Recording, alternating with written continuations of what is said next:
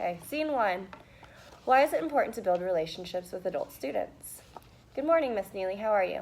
I'm doing well, thank you. Great. I understand that this is your first year working with adult students, and I'd like to help you work on building relationships with your students.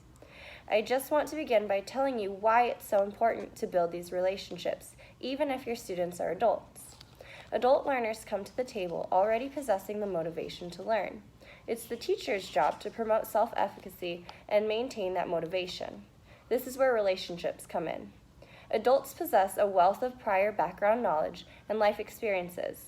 If the teacher has a strong relationship with the student, they will be able to tap into those prior learning experiences and work with the student rather than against. Just as teachers do, adults need to see the relevancy of the material and make connections to real-life situations. Without this, they'll begin to lack motivation. Thanks for that great information. I really see why building relationships with my students is so important. What are some strategies I can use to build relationships with my students? Scene 2, approaches to building relationships.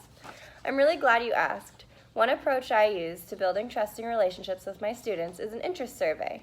I know this is something we do in lower grades, but why shouldn't we also do this with adults? It's important to know their likes and dislikes as well. Once you've learned their interests, you can incorporate them into your lessons. Have you tried this strategy? Yes, but it was at the very beginning of the year, and I didn't really do anything with the responses. I think it would be a good idea to give another interest survey after winter break and use that data to drive my instruction. That sounds like a great idea. Another approach for building relationships is becoming a person who is safe and reliable. What do you mean? The students need to know that you are someone that they can depend on.